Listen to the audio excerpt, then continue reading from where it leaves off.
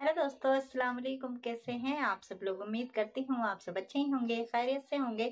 दोस्तों, एक बात तो शायद आपने जरूर सुनी होगी कि इज्जत और जिल्लत देने वाला सिर्फ अल्लाह ताला है। वो चाहे जिसे इज्जत दे, जिसे चाहे जिल्लत दे, ये उसका काम है और ये बात हर मुसलमान अच्छी तरीके से जानता है। लेकिन इसके बावजूद कुछ मौलवियों की जो कहानी गढ़ने की आदत है वो खत्म होने का नाम नहीं ले रही है। कुछ मौलवियों की नई कहानी आज हम इस वीडियो में सुनने वाले हैं कि इमाम अबू हनीफा को वजू के पानी में लोगों के गुनाह नजर आते थे। अब ये तो वही बात हो गई ना कि आप जो भी कहानी सुनाए वो सही, और जब इंजीनियर साहब इनकी उन कहानियों का कुरान और हदीस से जवाब दे दें तब वो गलत है। तो चलिए इनकी इस बात का जवाब भी हम इंजीनियर साहब से ही सुन लेते हैं। अभी हजरत मुफ्ती तकी उस्मानी साहब दामत बरकातुम ने एक बयान किया, उसमें बताया कि इमाम अबू हनीफा की करामत थी कि वुजू के पानी से उनको गुनाह धुलते हुए नजर आते थे। हजरत इमाम अबू हनीफा रहमतुल्लाह अलैह से के बारे में मनकूल है, वुजू करते थे लोग तो उनको वुजू के पानी के अंदर लोगों के अमाल बहते हुए नजर आते थे कि यहाँ पर अल-आज़ बिल्लाह इसमें चोरी नजर आ रही है, इसमें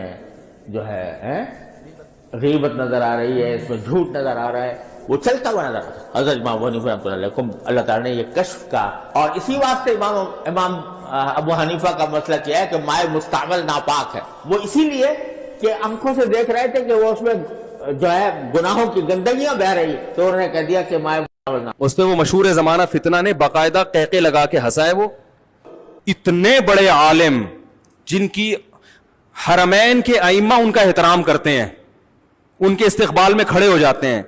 अभी कुछ वक्त पहले उन्होंने दर्स दिया हजरत मुफ्ती तकी उस्मानी साहब ने, जिसमें मस्जिद नबी के इमाम भी उस दर्स में शरीक और मस्जिद हराम के इमाम भी और अरब के बड़े बड़े उलमा। 5 साल हजरत मुफ्ती तकी उस्मानी साहब मक्का और जद्दा की जो कमेटी है ना, जिसमें कई ममालिक के उलमा हैं, उनके सरबरा थे। और सऊदिया के जो मक्का के रईस थे वो हजरत मुफ्ती तकी साहब के नाइब थे। अरब किसी को अपना अमीर इतने आराम से तस्लीम नहीं करते। अरब में असबियत बहुत है, लिसानियत बहुत है। हजरत मुफ्ती तकी उस्मानी साहब ने अपने तकवा और इल्म का लोहा मनवाया है, माना है उन्होंने कि भाई ये इस मामले में अमीर है। उसका एक इंजीनियर मजाक उड़ा रहा है इतने बड़े आलिम का, और हंस रहा है तकब्बुराना हंसी के साथ। तुम्हारी औकात क्या, तुम उनके टखने के बराबर नहीं हो। और नीचे मैंने लोगों के कमेंट्स देखे, सब उसको अप्रिशिएट कर रहे हैं कि लगे रहो, इन मौलवियों को लगाम दे के रखो। तो भाई आप जाहिल हो, ये करामतन मुमकिन है कि किसी को गुनाह धुलते हुए नजर आ जाए। करामत है, करामत की निस्बत किसकी तरफ होती है? अल्लाह की तरफ। तो बहुत सारे उलमा से ऐसी करामतें मनकूल हैं। तभी मैं कहता हूं सामने एक दफा बिठा दो, एक दफा बिठा दो। मैं इमाम बुखारी की करामतें निकाल के दिखाऊंगा। फजाइल अमाल के जिन वाकयात पर तुम हंसते हो ना, लोगों का मजाक उड़ाते हो फजाइल अमाल का, मैं बताऊंगा इंशाअल्लाह फजाइल अमाल की ये करामतें किन किताबों में है। सही है ना? उन किताबों के मुअल्लिफीन का मजाक उड़ाओ तुम, उनमें बहुत से मुहद्दिसीन हैं।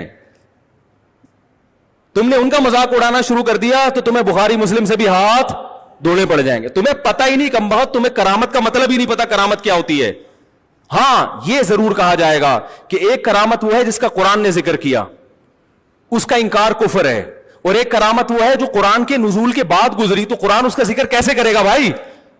तो वो अगर बावसूख जराए से पहुंची है तो मानना पड़ेगा, बावसूख जराए से नहीं पहुंची तो इंकार कर। तो आप इस पे तो बहस करें कि ये वाकया जिसने बयान किया वो सच्चा था या झूठा, इस पर कोई बहस नहीं होती। तो सही बात। ये इब्ने हजर ने लिखा है कि इमाम अबू हनीफा ने 40 साल ईशा के वुजू से फजर की नमाज पढ़ी है।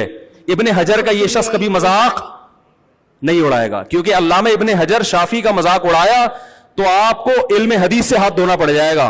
जितने बड़े बड़े आजकल मुहद्दिसीन पैदा हो रहे हैं ना, जो हदीस को सही और ज़ईफ कहते हैं, ये सारे इल्म हदीस में हाफिज इब्ने हजर के मोहताज हैं। अल्लामा अलबानी की जितनी तहकीकात हैं सारी हाफिज इब्ने हजर से ली हुई हैं। उन्होंने बहुत कुछ इब्ने हजर की तकलीद में किया। उन्होंने, वो शाफी भी थे, सारी दुनिया को पता है शाफी मसलक को फॉलो करते थे वो। उन्होंने भी ऐसी करामतें जिक्र की हैं। उनका कभी मजाक, जहां किसी आलिम देवबंद का या बरेलवी आलिम का नाम आ जाएगा, इनको मजाक उड़ाने का मौका।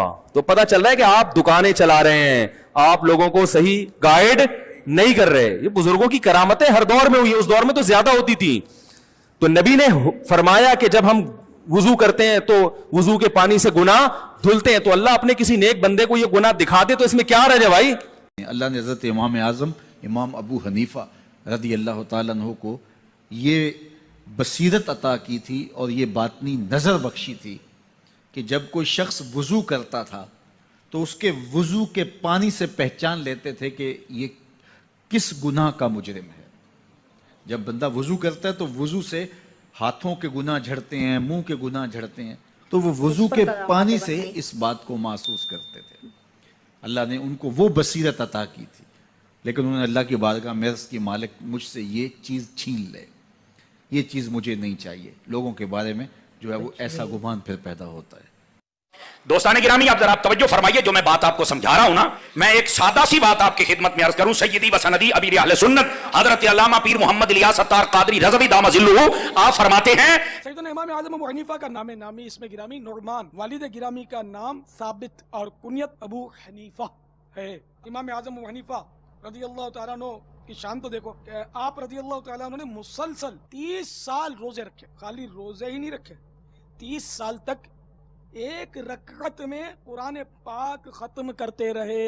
ایک روایت کے مطابق 45 سال تک عشاء کے وضو سے فجر کی نماز ادا کی۔ جس مقام پر آپ کی وفات ہوئی رضی اللہ تعالیٰ عنہ، اس مقام پر آپ نے 7000 بار قرآن پاک ختم کیے۔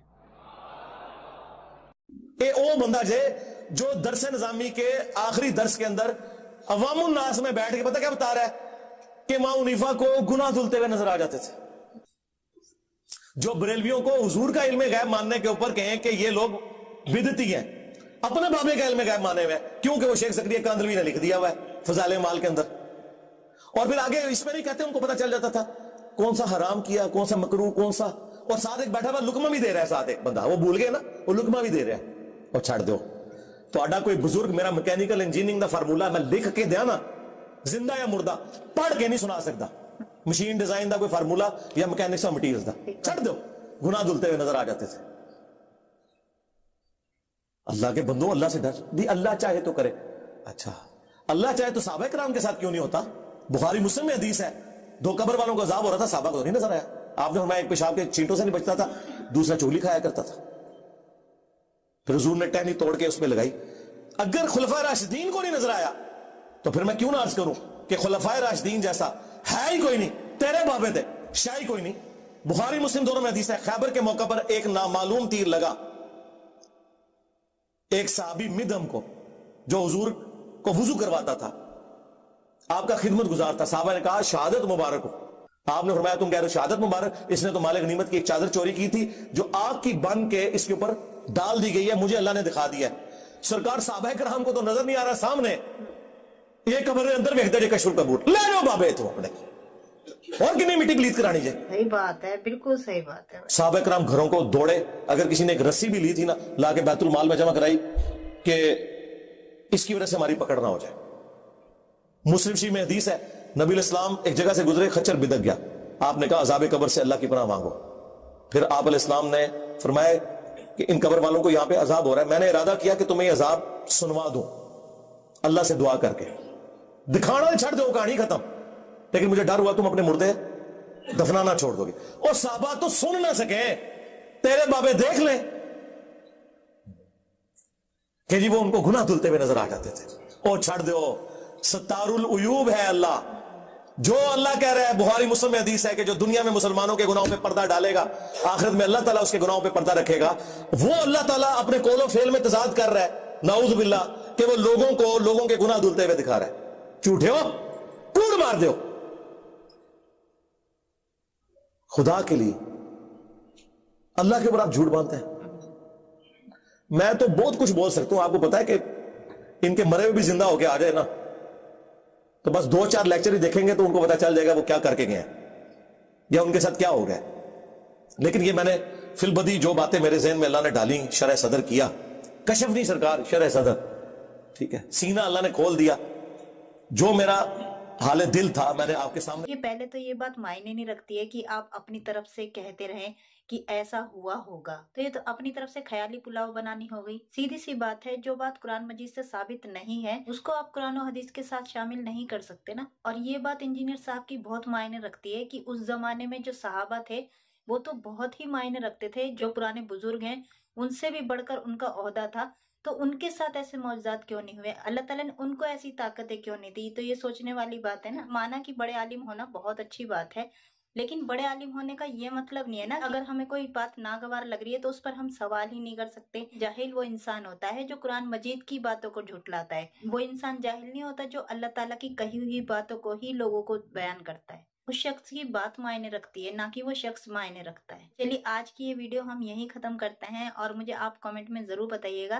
कि इस बारे में आपकी क्या राय है और वीडियो को शेयर जरूर कीजिएगा। चलिए मिलते हैं अगली वीडियो में, तब तक अपना ख्याल रखिएगा। अल्लाह हाफिज।